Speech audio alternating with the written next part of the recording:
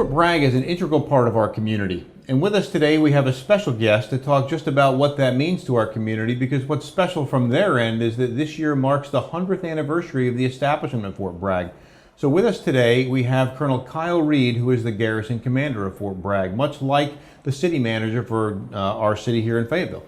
So he's responsible for what the installation does and how it does it. And so 55,000 service members, actually he may correct me in a minute here, it might have grown since last time I was out here, but about 15,000 civilians, so a very large place. And from what I heard a couple days ago, Colonel Reed, I think it's the 7th largest city in the state if we were to call ourselves a city here. So again, welcome Colonel Reed, thank you for being here today. We're very excited to have you on our show. Thank you very much. You know, this is not my first time. This is my actual third tour here. So I do have a little bit of experience, not 100 years of experience, but it is a pretty unique opportunity to come back to what I consider home. And you've been the Garrison Commander for how long now? A little over a year now. That year has been a tremendous learning experience to understand how operations really occur at the Garrison versus receiving all the support and assistance from the Garrison team. And I'm sure you've learned quite a bit. So you've got that Garrison hat on now, but what was it like when you were here in the 82nd? How long were you here with them? I was here for almost 10 years. So I arrived here in 2000, served until 2006 in both the Corps and the 82nd Airborne Division in the 1st Brigade. Deployed several times during that tenure to Afghanistan and Iraq. Then I went away for a year for college education, middle and interim level education for majors, and then I came back to serve as a field grade in the 1st Brigade again. Okay, well that's good. Well, and I know once you get those airborne wings up there, it's hard to get away from this place, and so that's a good thing. Just a little bit. Especially when you've got the star and the wreath going there. So I know you've been here a while, and you've done quite a few things with the 82nd and the I think one of the most unique opportunities I had was serve as the Advanced Airborne School Commander for a year. So that was when you actually take the jumpers and transition them to be qualified as jump masters. What a tremendous opportunity to instill the values, instill the skills, and train every day on what we utilize here in the community. Oh, absolutely. That's an important job. And I remember still going through that school in 1995. And I think I compared it to Ranger School and said that it was probably harder than Ranger School in just a shorter, condensed 3-week period. But what a fantastic group of soldiers who run that and operate that from the Black Hat perspective, the folks that are really running that show. Yeah, because those are selected, and the benefit of that is it's just not anybody. It's somebody that a sergeant major or their chain of command has appointed in that role, and they serve as the premier instructors within our Army to ensure the safety and security of those jumpers as they exit that aircraft. Yeah, very, very important mission. And I think really that leads into the importance of Fort Bragg and its 100th anniversary, which we're really here to talk about today, because this place has a lot of special things going on. And so tell me a little about the 100th anniversary. What does it mean to you, and what does it mean to Fort Bragg? Well, I'll start off with what it means to Fort Bragg. So as we started years ago, 1918, primarily as a field artillery location because of the sandhills, because of the soil composition, because of the cost of the land itself. It was a prime location to put a facility that could support the training that needed to occur. Had rail, had water, had an economy right outside the gate itself. Over time, it has evolved to so much more than just a field artillery location. We have ranges, 87 ranges out there that provide live fire. We have 6 drop zones, we have 3 FLSs, we have 3 impact areas. All of that provides the readiness and training support for our both conventional forces as well as our special operations forces here at home station in preparation for deployment. The significance of the 100th year, as you well know, we only celebrate birthdays once a year. Right. So September 4th is our anniversary. We've done things throughout the year to kind of highlight how the installation has transformed, some of the initiatives of the special operations community and the airborne here at this installation. And then I think on September 4th really is the crowning moment of this installation, but that's just the history. Well, now we got to start writing the next centennial. And what is this installation going to provide in support for our National Command Authority, as well as the taxpayers in support of the defense of this nation? And you mentioned a bit about the units and the special people who are here. And tell me why this place is so important for the defense of our nation. What makes Fort Bragg so special? Well, there's several elements to that. I'll just address the first one is this really is the platform for strategic force projection capability. And what I mean by that is there is a designated airstrip here, which is called Pope Army Airfield, that provides the response to our mission, to the National Mission Authority's capability of getting forces out of here. So that's both Special Operations Community with an element that is tied to the National Mission Force, as well as the Global Response Force, which is the 82nd Airborne Division's piece of that. About 70% of it is housed here on the installation of the entire composition. And that has the capability of deploying within 18 hours around the world a battalion-sized task force in support of those requirements. Yeah, that's a pretty impressive ability to have that here. And I remember deploying out here for both my deployments, Iraq and Afghanistan, as I'm sure you did, leaving right from Pope. Yes. And you just drove down there to Green Ramp and got on a plane and left. And it doesn't get any simpler than that. And I don't think a lot of installations have that capability. No, many do not. And that's another unique capability here at this installation. So not only the airfield itself, but the deployability of resources out of here is mission purpose-built facility. So the ADAG supports not only paratroopers, but it also supports the equipment itself. The rigging platforms that are aligned in support of that are also mission purpose-built. The actual ASP is also aligned to support the rapid deployment of capabilities.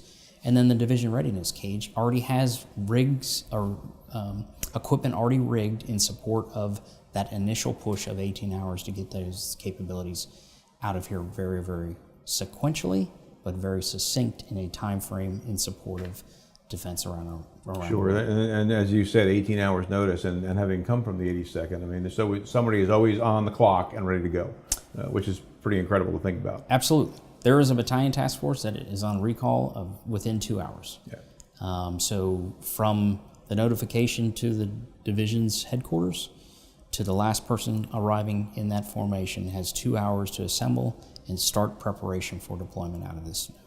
And that's not just the 82nd, because we've got a host of units I know who are here. So 55,000 soldiers. How many are in the 82nd? Is about 18,000? There's about 18,000 paratroopers assigned to the 82nd Airborne Division.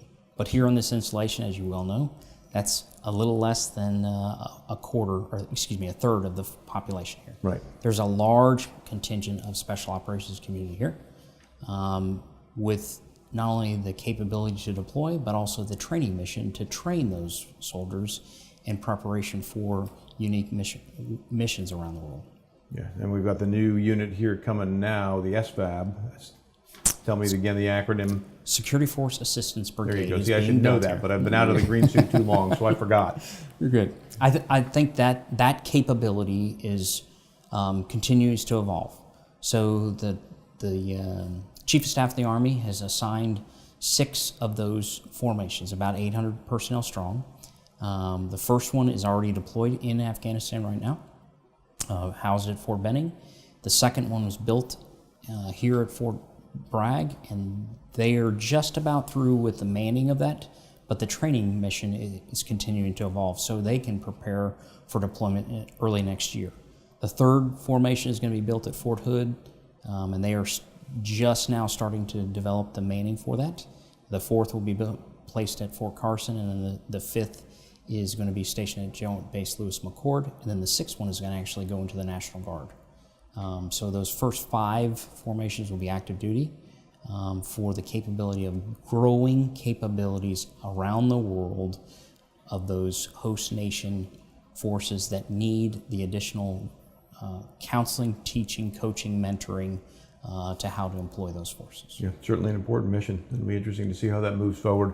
And again, back to the units you mentioned here. So you've got SFAB, you've got the Special Forces folks, the Special Operations Community, you've got Fort Bragg. As you compile all that, and we've thrown the number 55,000 out there again, is it 55, 57? It's going to grow. So right now, there's presently just over 54,000 assigned here. And I'm only capturing that because the SFAB isn't currently all assigned here yet. Some of them are still in training and arriving. So once they all arrive, it'll grow to about 55,000.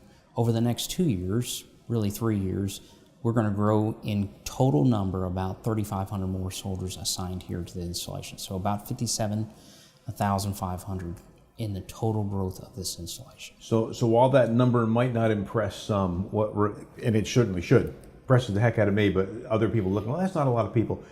What put it in perspective for me was when we were in Afghanistan a couple of years ago, and one of our United Kingdom cohorts was with me.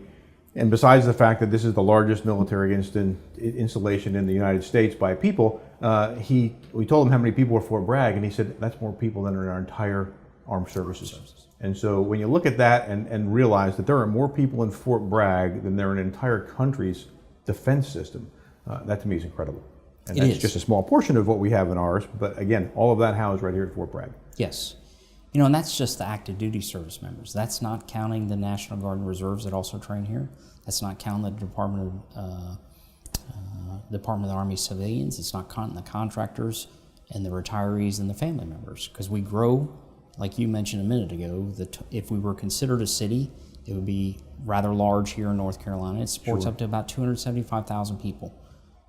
Pretty large number of people that reside in the surrounding area or seek support from the installation itself. So speaking of that city side of things and wearing your Garrison Commander hat as the city manager of Fort Bragg, if you will, how does that work here, and what kind of change do you think has occurred from 100 years ago till now from an infrastructure perspective?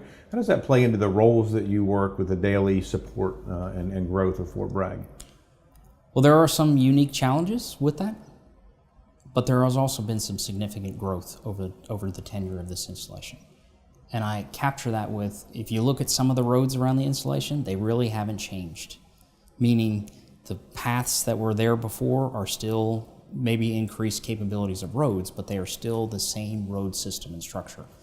The real challenge with this is, so 100 years of growth on the installation, but the infrastructure really hasn't changed that much, meaning we haven't really changed the dynamics of how water changes or water flow off of the installation. We haven't really changed the electrical grid or structure. We haven't really changed the water supplies coming into the installation. How do we manage that? But that is where we are looking right now on a growth and developmental plan on the installation that looks out beyond the here and now. And I think that's partly because over the last 16 to 17 years, we've been fighting a war. We haven't really been focused on the infrastructure of installations. We've been looking at how do we receive units, train, prepare them for combat, and then deploy them for those requirements around the world. And then how do we receive them back here in the community, potentially either for another deployment or the PCS requirements associated with man in the force. We currently have a plan in place for 2030-2035 on the installation that will help us align the resources that are here to better support the community that resides here. Because right now, over the last few years, it's been, hey, there's an open area there, there's an open piece of terrain, there's a building there that you could utilize, instead of looking holistically at the installation and how do we align all of those resources in support of their mission, but also with the right capabilities on the installation to achieve their mission requirements. So you've got your hands full. A little bit. Yeah, it's a lot going on, but to your credit, and I think rightfully so, there's been a lot of change here, not only in your time in a year, but even back 5, 10, 15 years since you've been here, coming and going with the barracks and the changing of where soldiers live, the housing, the installation housing. Can you talk a little bit about what's happened since you've been here coming and going in that regard? Sure. So I was stationed here from 2000 really to 2010. So 295 was non-existent when I departed. It actually ended at Ramsey Street. That's right, I remember. So when I drove back here, coming back to the installation to serve in this entity, I drove all the way around on 295 coming in All-American Gate, which was completely awe of how much has evolved, not only on the outer perimeter of the installation, but also what had transpired on the installation. The entire division area was rebuilt with the new buildings, new barracks, new DFAC facilities, and new company cough areas.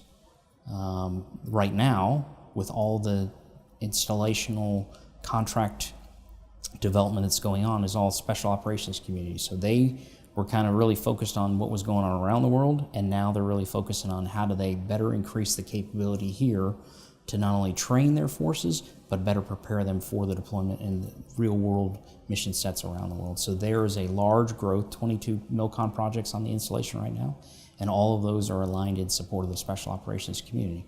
Doesn't mean that the general purpose force isn't getting support, it just means that we are in the queue for out-year development here on this installation. Sure. No, it's huge. I mean, every time I come up, like in the Smoke Bomb Hill area, and I see massive transformation just from month to month. It's amazing to see what's going up on there. And then again, from the housing perspective, certainly we've worked to help soldiers have better housing with their families on installations across the country. But here in particular, I know with the privatized housing, there's been a lot of change there too in the last 10 years, which has certainly helped our families. There really has, because, you know, to have a community, it's where the people live. It's where they work. It's where they actually conduct day-to-day operations for their families itself. So having a community here on the installation, like the growth that we transpired over the relatively recent years of Linden Oaks, 1,500 homes up there. I mean, that is a resource in a gated community that provides those homes, those child development centers, those schools, the fire department, the military police presence up there, all in support of that community to help them remain close to the installation, but remain in a protected area for, in the event that their husband does deploy or their service member does deploy. Sure. To have that comfort, the security, and understanding that I'm on the installation and I can be protected. And so speaking of numbers and the families that you have got on the installation, talk a little bit about how many people you've got who reside on the installation, whether that's families or soldiers in the barracks, and then what you've got off. Okay. So it's kind of two parts. We have a little over 6,000 houses on the installation. That's for families. And then barracks, we have a little over 17,000 barracks that house the population here. So in all essence, there is about 65% of the population here assigned to Fort Bragg that does not live on the installation. They live out in the surrounding community. So there is definitely the linkage and interaction, not only of our little island here known as Fort Bragg, but with the surrounding community, and the interaction has to occur on a regular, routine basis to understand their concerns, but also how do we affect or implement changes on the installation that can also assist with the surrounding community. Sure, and I think that's a great point, that people sometimes don't think about how the soldiers and their families who are out here, just not everybody lives here, and they are really integrated into the community. What some examples from your side, because you've probably, have you lived off post as well as on? I have. Yes, you've seen it from both sides. Yes. And so from the outside perspective, when you lived off post, how did you see that as a service member off post, integrating with the community, integrating with the city per se? Well, I think part of that was, you know, there was September 11, 2001 changed the dynamics of our world as we knew it. So when the attacks occurred, changes occurred to this installation that kind of felt like we were isolating ourselves from the community itself. Now, I lived in the community down off of Country Club Road. And, you know, the initial onset of that caused the significant backlog of people actually getting onto the installation. It wasn't that we were trying to alienate ourselves, it was just trying to make sure we had a safe environment for those that could reside here on the installation, provide the training, provide the resources to them in support of, in the event that they were called upon. So there was a little bit of turmoil, a little bit of transitions. But now we have 13 access points on the installation. So it is not that we don't want the population to come, because if they would like to come to one of our visitor centers, sign up. We do a background check with your driver's license and social security number, and you're given a 1 to 3 year pass on the installation. So we welcome the community to come find out what is on the installation, but the interactiveness within the community itself. And I think another part of that is, now that I live on the installation, so I don't necessarily see that. I don't see the challenges getting on the installation. I hear about it, and at certain times I go check on it, but I don't endure that on a regular basis. So it is incumbent upon me to understand that, but also put the right measures in place to assist with the flow of those 80,000 vehicles coming on this installation on a daily basis, to get them on safely, as well as get them off the installation in a in a disciplined, safe manner Sure. for those that operate and reside here in the installation. That's a lot of traveling back and forth every day. And you bring up a good point about the fact that folks from the outside are allowed in here. So simply going to the visitor center with the credentials that you mentioned allows them to come on here. So there's things you can do on this installation that don't require you to be a service member. So we've got museums people can go visit. Yes. I think the JFK School of Special Warfare Museum is one, right? They have one. The 82nd has a 82nd museum. has one. The Corps presently is in the process of cataloging and orchestrating the 100-year history of this installation, and then properly displaying that around not only the installation but also down at the Airborne Special Operations Museum in Fayetteville, so that it brings to life the history that has transpired here. And then speaking of the history, talk about the buildings you've got. I know we've got this historic district right here on the post where we're talking to you from today, over in the Normandy housing area, the old hospital where the Corps headquarters at. You've got a unique challenge there, and that you've got to manage that, I think, from a historic perspective for historic buildings. But it also goes back to this was the birth of that installation when it was first built. Yes, and that is a significant challenge to ensure we're doing the right things for the right reasons, but particularly with the funds that we have allowed and authorized to us. So staying in the historical presence, but making the right modifications to some of those buildings for the right reasons, such as we'll put, instead of old school HVAC systems, we're putting in geothermal systems into those. Costs money, but it still brings to life the history that has transpired in those buildings, and ensuring that we do it properly. Very, very expensive in nature, but it's for the right reasons of kind of preserving that area for the good of the history of this installation. Right. That's pretty neat. And it's nice to know that you're doing that. Those buildings are incredible to see the character that they have, and it's neat too to see that architecture that exists across other installations that have old buildings like Fort Benning, Columbus, Georgia. It's got the same exact design of their buildings down there that you do here. Again, another old installation. Yes, and that's one of the ways that the installations back in the 1920s and 30s were able to build them so quickly, because they used the same models, right, the same footprint, the same floor plans to assist with the expeditious process of actually creating these installations across the United States. They were cheap too when they built them then. I have a picture of the one we lived in. They were $11,000, if I recall correctly, to build one of those. So wish you could do that today. Privatized housing is in the process of bringing new houses to the installation. So recently we tore down old homes that were cost ineffective to actually remodel those and bring them back up to service grade. So we tore that entire that neighborhood down, and now we are in the process of actually building new 3 to 4 bedroom homes over in Piazza Ridge, which will increase the capacity and capability on the installation of about 129 more homes. Wow. And you mentioned 3 and 4 bedrooms, so I'm sure that's an upgrade from where the Army had previously decided soldiers had a certain square footage of living space they had to be in. Now we're at a higher level that gives them more room. Slightly higher level. And if you look at today's society, there are a lot of families that are large. Sure. I mean, they have quite a few children. And that's part of the military community, because we're raising our own generation of next serving personnel. Right. Those children on installations understand history, understand the culture, understand the values of our military. If I could tell you a brief little story, we visited somebody as of late, and my daughter asked me right just before 5 o'clock, "Dad, is this community, are they going to play the music like we hear?" And I said, "I'm probably not going to hear Reveille, and we're probably not going to hear Retreat, but that is a part of our history." Right. No, absolutely. My kids still talk about that. Pretty neat. And back to the people that we talked about earlier, all the different types of people. I think a good way maybe to wrap this up is to talk about the diversity that Fort Bragg brings to the community. So from that perspective, what do you see from your side, having been in the uniform for quite a while now, what Fort Bragg brings to the community around here and what you've seen over the years? Well, I mean, it's a great perspective and a great point to highlight, here in this formation that works, trains, and lives here, it is not a specific flavor of military, because we have all the services that actually reside here on this installation. So it is a joint facility.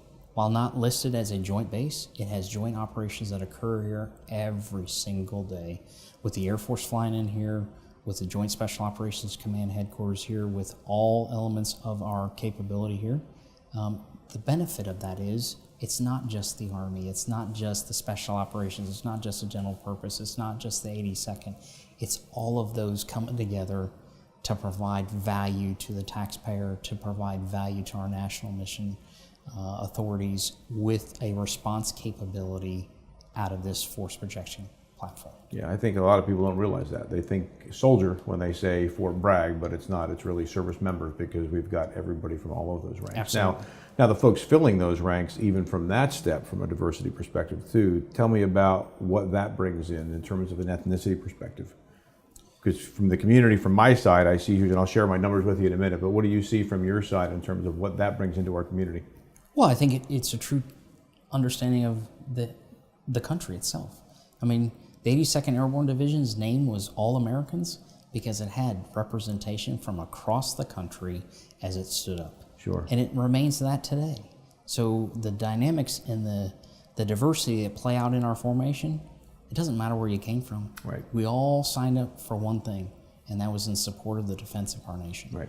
And they all swear an oath to the Constitution as well as an oath to the President of the United States for what we provide in support and defense of this nation. What we've got coming up here in the near future is the International Folk Festival, which will be held downtown here in the coming months. And we look at the number of different cultures that are coming to this community. And so I checked with our human relations folks before we came here to say, how many languages are spoken here? So they checked and they said there were 89 languages spoken across this area.